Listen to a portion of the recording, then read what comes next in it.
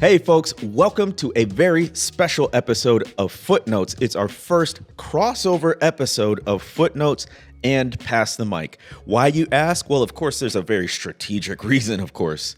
You got me. Full disclosure, Tyler Burns is supposed to be here. He had some traveling issues, and so I am on the mic solo, but I'm so excited. I wish I could really just tell you how excited I am because it's been such a long time since we went old school on Footnotes. If you've been keeping up with the Footnotes podcast feed, you've seen a bunch of fantastic interviews with really smart authors with incredible things to say, and so go back and check those out for sure. But the way I started Footnotes was as essentially a rundown of current events related to race and religion. So we're going to go back to that formula. And in this episode, I tackle some recent events, including the Test of Faith, a summit on faith and democracy, which I attended. I also talk about the absolute debacle that is Mark Robinson, the gubernatorial candidate for governor, Republican, in North Carolina. And I talk about the latest data on religion and race and affiliation from the Public Research Institute. So we are going to talk about all those topics and more. But first, when we go old school on Footnotes, my favorite part of each episode is what I'm about to do now. I read your reviews. There's over 400 reviews on Footnotes right now and about Footnotes. Thank you so much for those of you who have contributed. The good, the bad, the ugly, keep them coming. And if you do leave a review, who knows, yours might show up on the next episode. I fully went into looking for the reviews, expecting that the latest one would be from a very long time ago, but that's not the case. This one comes from just a few days ago, and it's from Amber CS, and she titles her review A Trusted Voice. So here it goes. As I have listened to this podcast and begun to read his books, Dr. Tisby has become a trusted voice for me as I learn how to be an anti-racist. As a white passing mixed race person, unpacking my own racial identity has been quite a process. I find Dr. Tisby to be a kind and grounded voice, so informed on the history of this subject. He's done his research and then some, exclamation point. Thanks for that. And he generously shares his platform with so many interesting guests that I learn from as well. I appreciate that he values the beautiful parts of our faith while still challenging the church on where it needs to improve with clarity and discernment. Thank you, Dr. Tisby, for your important work. Thank you, Amber. Are you a writer? Because your wordsmithing, even in that review, is quite impressive. And even if you're not a writer, I'm just going to encourage you. Beautiful. A couple of phrases stuck out to me. First of all, thank you for your vulnerability. You're talking about being a white passing mixed race person. I don't know your particular racial or ethnic background, but you are self-aware enough to realize that when you walk into a situation, aesthetically speaking, phenotypically speaking, people maybe assume that you're white, and that grants certain social privileges. So I appreciate you sharing that and also undertaking for yourself the endeavor to become more equipped around race and racism and becoming an anti-racist. And then I also like this phrase. You said the beautiful parts of our faith while still challenging the church. Isn't that it? Doesn't that just encompass it so well, which is what I think we're all called to do as believers? Acknowledge that there are beautiful parts of the church, beautiful parts of being part of a community of followers of Jesus, but also we should still be willing to challenge the church where it needs to improve. So thank you so much, Amber. Once again, please leave your review of the Footnotes podcast, and you might have yours read live on air and me respond to it. So let's get into the news. I have been ripping and running, as the old folks say. I have been all over this country, mostly for the Spirit of Justice book tour. That's my latest book that is out now. Wherever books are sold, you can visit thespiritofjustice.com if you want to learn more. But this event that I recently attended in Washington, D.C. was sort of a crossover event. They sold my book, but it really wasn't about that.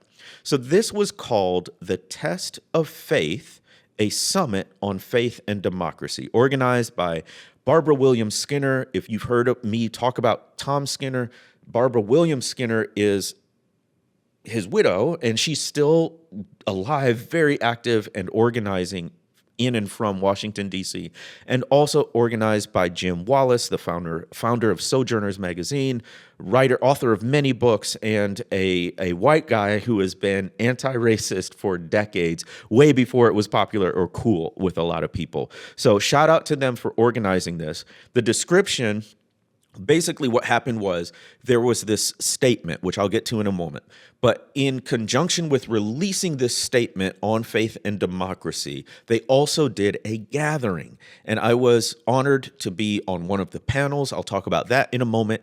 And here is how they describe this 2-day gathering in Washington, D.C.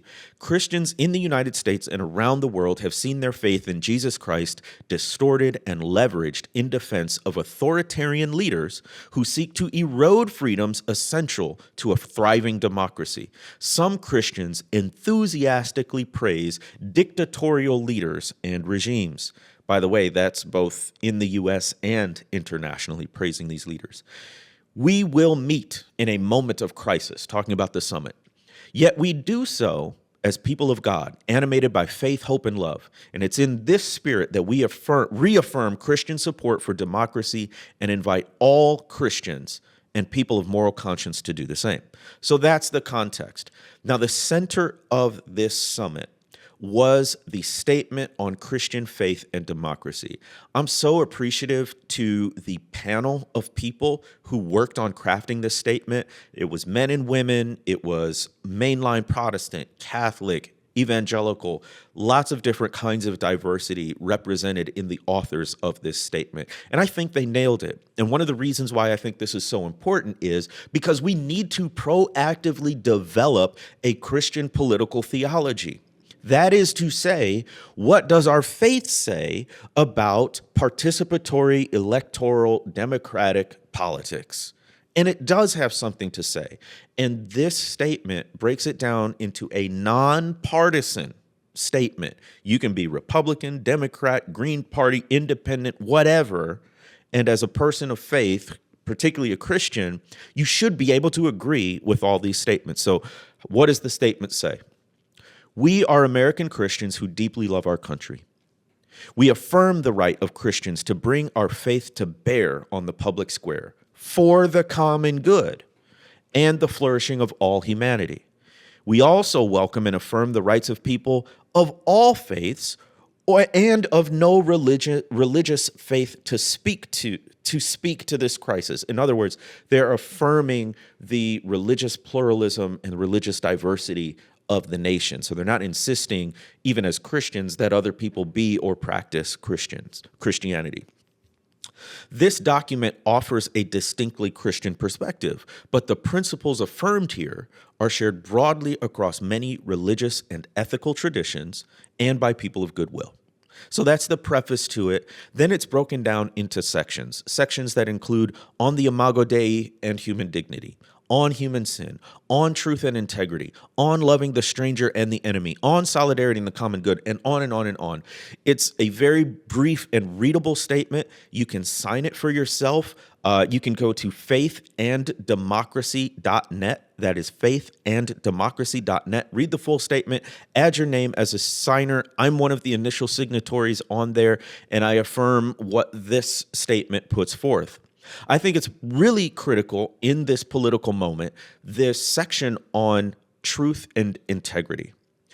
When I was a pastor of a church, it was right before the 2020 election, and the Sunday before the election, I preached a sermon, and the theme was truth.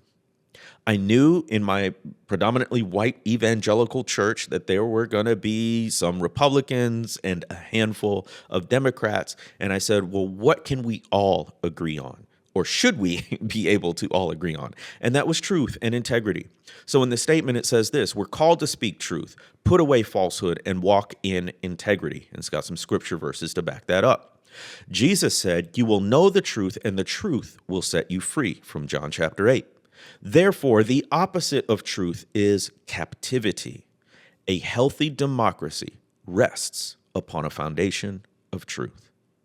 So much of what we're dealing with in the political realm is hinging on the fact that we don't agree on what is true. We don't agree on a basic set of data, facts, and reality. And how can you have a conversation? How can you come together across differences if you're not even really in the same realm of perception? Is up, up, right?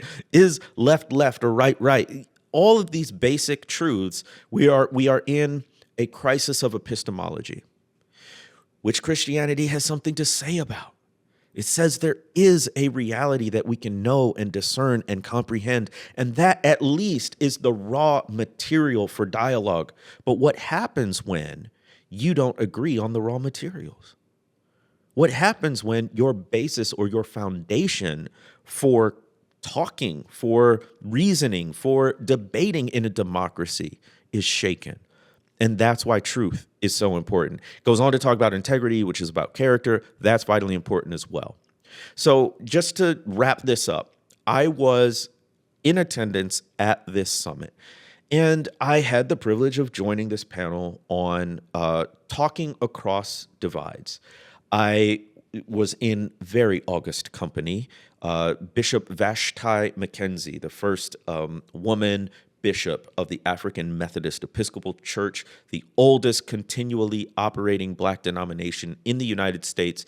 I write about Richard Allen in both The Color of Compromise and The Spirit of Justice. I write about Jarena Lee, the first Black woman authorized to preach in the AME. So you can find out all the history in those books. But Bishop Vashti McKenzie was there. Sister Simone Campbell was there, who has become internationally known as a nun, N-U-N, part of the Catholic Sisterhood, and for her peacemaking work in the United States. She was got really well known for her initiative, Nuns on the Bus. And I was also up there with Robbie Jones, myself, of course, and Diana Butler Bass facilitated the panel. The topic of the panel, talking across divides. So everybody gave an introductory statement, and when I gave mine, I was like, I'm a bit bewildered why I'm on this panel to begin with, because insofar as I've attempted to talk across divides, it hasn't gone so well. I mean, I've been excluded from most of those circles where there were political or racial divisions. And so, honestly, maybe in a way I was successful or effective. But you know me, you know what I'm about with racial justice. I don't spend a lot of time or energy trying to persuade the opposition. My philosophy has been for quite some time the Motel 6 slogan from back in the day, "We'll leave the light on for you."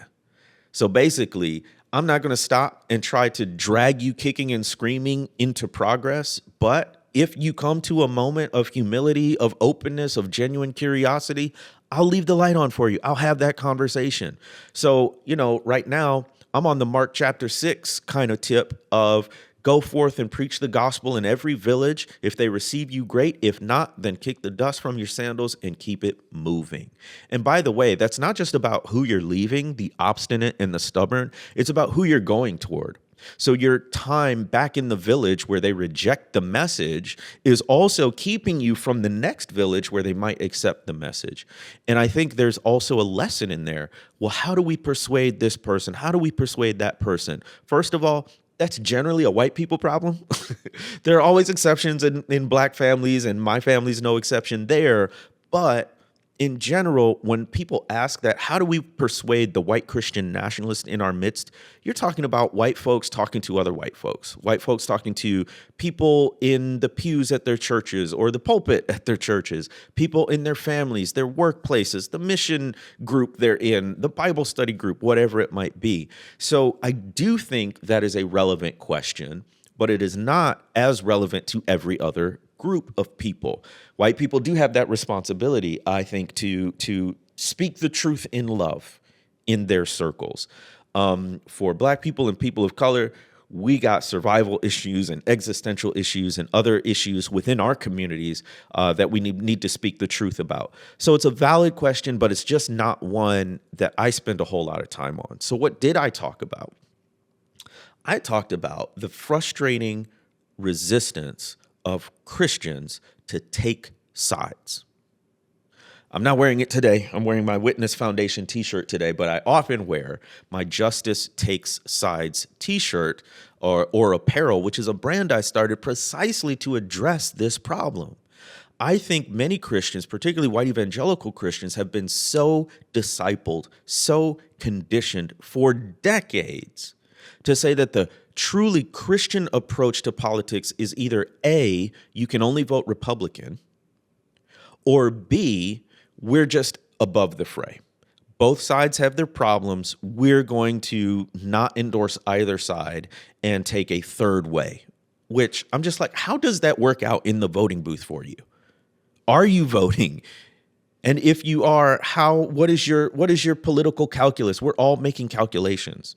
So what I talked about was we are in a time of stark moral clarity.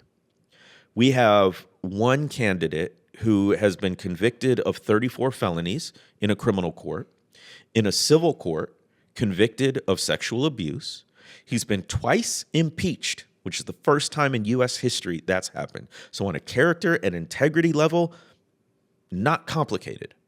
We also have a candidate who refuses to accept the 2020 election results, despite it being verified again and again, also verified in court, and every challenge in court has lost. We have a candidate, that same candidate, who has not committed to accepting the legitimate results of the 2024 election. That same candidate is calling Haitian immigrants people who steal and eat pets, dehumanizing Black and brown immigrants. So it's really not that complicated. I don't know what your politics are, and I'm not telling you to vote for a political candidate, but on a moral level, let's not overcomplicate this. Let's not even act like it's complicated, okay? Now, is your standard perfection? Really? Because immediately I can hear what you're saying. Well, Kamala Harris, right? Well, she's not perfect either. Nah, neither are you. Neither am I. You know who was perfect? Jesus. And don't write his name in on the ballot. So you do have to make a choice. So figure that out. So I talked about that. I talked about the urgency of the moment. The analogy I've been using is it feels like I'm one of the coaches on a sports team and the big game is coming up and we're trying to get the team ready, but they aren't taking it seriously. They're staying up late, they're partying, they're lackadaisical in practice, and we're just like, folks, get it together. You have no idea how difficult this opponent is, and you are not going to be ready for game day. Game day in this case is election day and what comes after. I'll talk more about that in a different episode. But I am trying to raise the level of urgency for all people, but especially people in the church, especially pastors. A lot of pastors and church leaders, people who have a voice and a leadership role in faith communities, are reticent to speak up because it's risky. How is it risky? Well, you might lose members. You'll get the angry email. Or, most dire for a lot of church leaders, you'll lose money.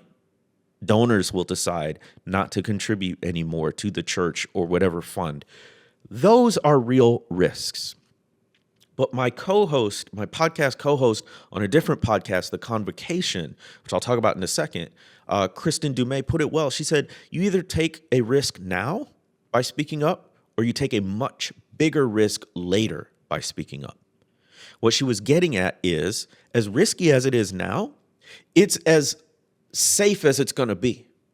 Because if things go a certain way in the next month or so before the election and after the election, then it's actually going to get much harder to speak up. It'll be much riskier to speak up. So as much danger and risk as you face now by talking forthrightly about the moral clarity involved in our political moment, it's actually going to be much harder to speak up if things go a certain way later. So take the risk now, as bad as it is, and maybe we won't have to take even bigger risks later. Lastly, I do want to tell you about this podcast endeavor. So I am now on 3 podcasts. There's this one, Footnotes. There's the one I co-host with Tyler Burns, Pass the Mic.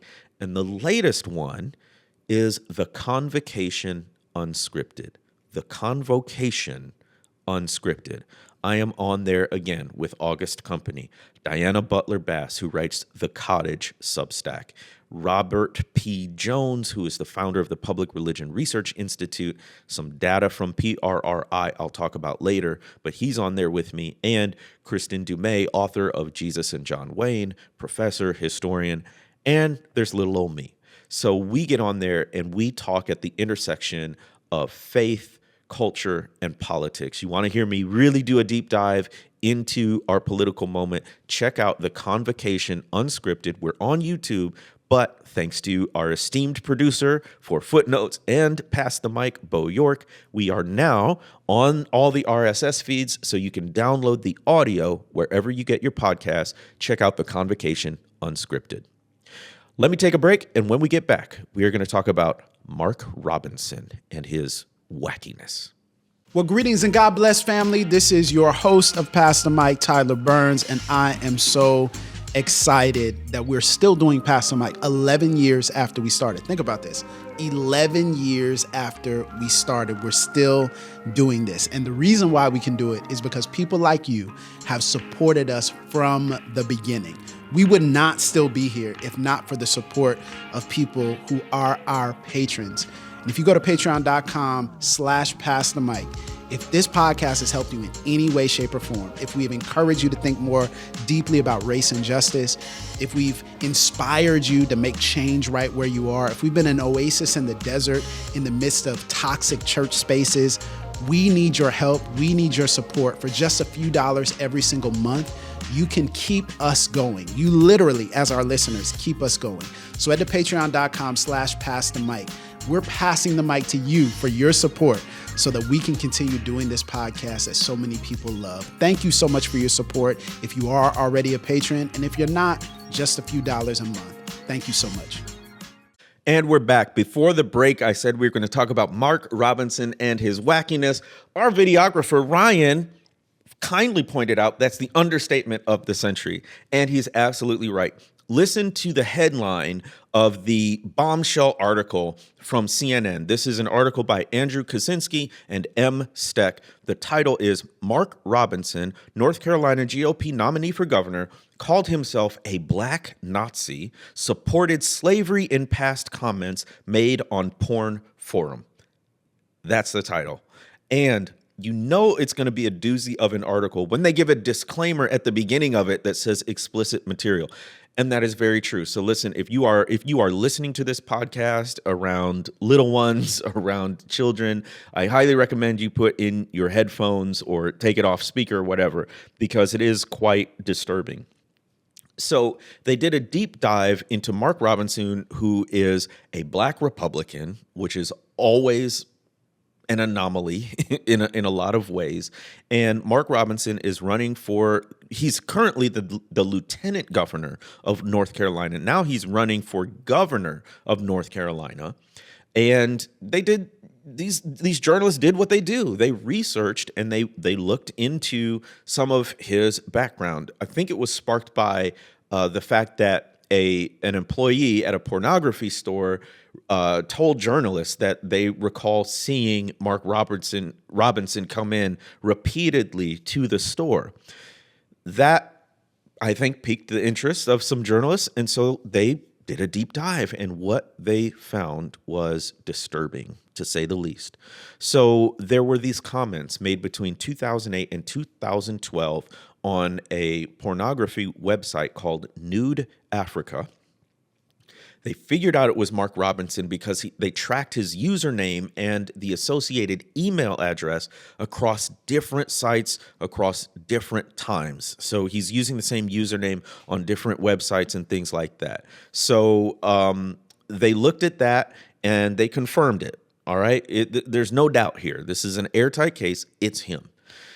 And what they found was troubling. And I'm just going to say, here's some of the stuff they found. So on the comments, he talked about peeping into a women's locker room. He literally crawled through the vents, and it just so happened, quote, it overlooked the showers. I sat there for about an hour and watched as several girls came in and showered, but he wasn't done. He said, I went peeping again the next morning, but after that, I went back. The ladder was locked. So those 2 times were the only times I got to do it. Ah, the memories. He writes this on a message board. That's not all. He had choice words for and about Martin Luther King Jr. He said, get that effing commie bastard off the National Mall, referring to the monument to Dr. King when it was unveiled several years ago. And then he goes on, he says, I'm not in the KKK. They don't let blacks join. If I was in the KKK, I would have called him Martin Lucifer Coon. This is coming from a black man. He also had comments on race and slavery. Writing in a forum discussing black Republicans back in October 2010, Robinson stated unprovoked, I'm a black Nazi. He goes on to say, slavery is not bad. Some people need to be slaves. I wish they would bring it back. I would certainly buy a few. So when this bombshell article comes out, of course, Mark Robinson denies it. In that same article, the journalist had contacted Mark Robinson. He said, I'm not going to get into the minutia of how somebody manufactured these salacious tabloid lies. And now I think he's going on social media and claiming it's an AI deepfake. Folks, you can't fake this stuff. This is real. They tracked all the data. It's been confirmed. And I think they got him dead to rights. But so what do you do now? I mean, any reasonable person would drop out of the race. But from his comments, we know we're not dealing with a reasonable person. I think there's some internalized racism going on, perhaps. What is internalized racism? When you adopt the narrative of the dominant group about yourself, the denigrating narrative. So it seems on some level like Mark Robinson has absorbed white supremacist, racist ideas about black people, even as a black man. And this can happen sometimes. You essentially think they're right. And you hate yourself. You hate the skin you're in. Now, this is probably all subconscious. I don't know that he's consciously thinking that he doesn't like being black. But this is how it comes out, where he says, if I was in the KKK, I would have called MLK these horrible names, where he calls himself a black Nazi, where he's exploiting women and black women, right? That's all part of the narrative. So racism can harm in a variety of ways. But also, this is a form of racism on the part of the Republican Party. They've done it before.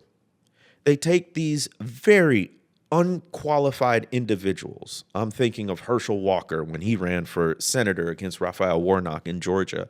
Now we think of Mark Robinson. We could name others.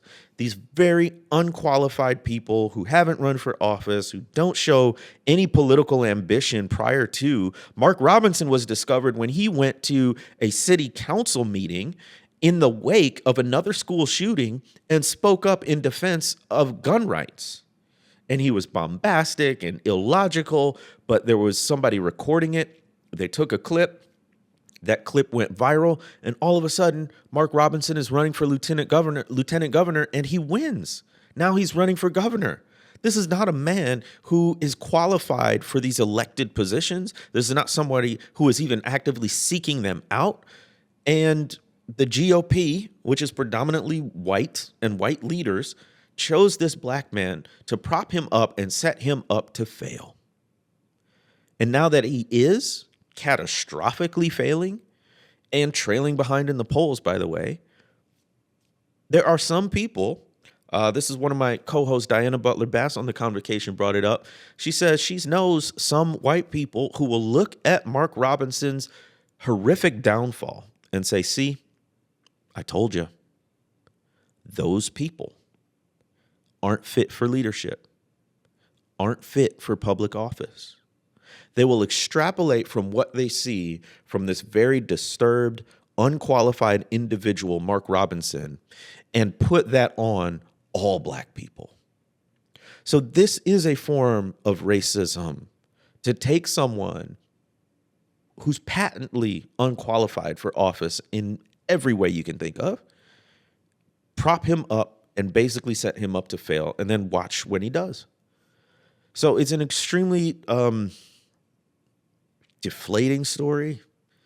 You would think there would be some ways to prevent a person like this running, or at the very least, some better vetting of a candidate. Why didn't the GOP do their homework? I saw one article, or maybe it was on social media. Why didn't the Democratic Party do the opposition research that every political campaign does and find this? This was very easy for these journalists to find. So it's only now coming up after he's been lieutenant governor, after he's running now for governor. So failures on so many levels, the story of Mark Robinson. One more quick story. The 2023 Census of American Religion is out, and I encourage you to check it out. Go to prri.org. It's the Census of American Religion. And they got 500,000 cases between 2014 and 2023. This census report reveals the shifting dynamics of American religious affiliation across geography, race, ethnicity, age, and political affiliation. Y'all, this is county level data. So you can actually go to the website for this census study and look at your particular county and get the data around religious affiliation. And some key findings here. Over the last decade, the percentage of Americans who do not identify with any religious tradition has increased by 6 percentage points, from 21% in 2013 to 27% in 2023. That's a big shift over 10 years. The rise of the religiously unaffiliated. Disaffiliation is no longer the province of the youngest Americans. Older Americans, too, are leaving their religious traditions. So that's new, a newest wrinkle.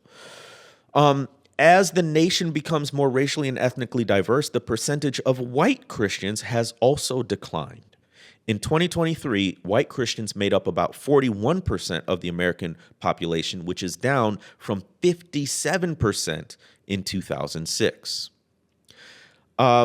Also, they looked at religious diversity by county, so how many different religions are in a particular county. Not surprisingly, metro areas on the coast like New York, places in California, those are the most religiously diverse, with people from all kinds of different religions and none at all. And also not surprising, the least religiously diverse places are in the Deep South. So yeah, and they're almost all Christians. And so yeah, there's still some reason, at least demographically, to call this the Bible Belt in the Deep South.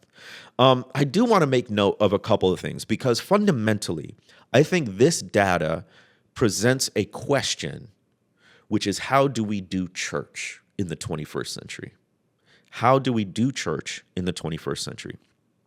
Get this. White evangelical Protestants, white mainline Protestants, and white Catholics are all about the same percentage of the overall population. Evangelical Protestants are 13% of the American population, which is a decline of 4 percentage points in the past 10 years. Now, when I was deep in evangelical circles, they told us that by having these strict dogmatic theological standards and having clear boundaries on belief, that would actually ensure the growth of evangelicalism in the United States, contrasted with what they would call the mealy-mouthed, wishy-washy, broad progressive theology of mainline Protestants. Well, look what happened.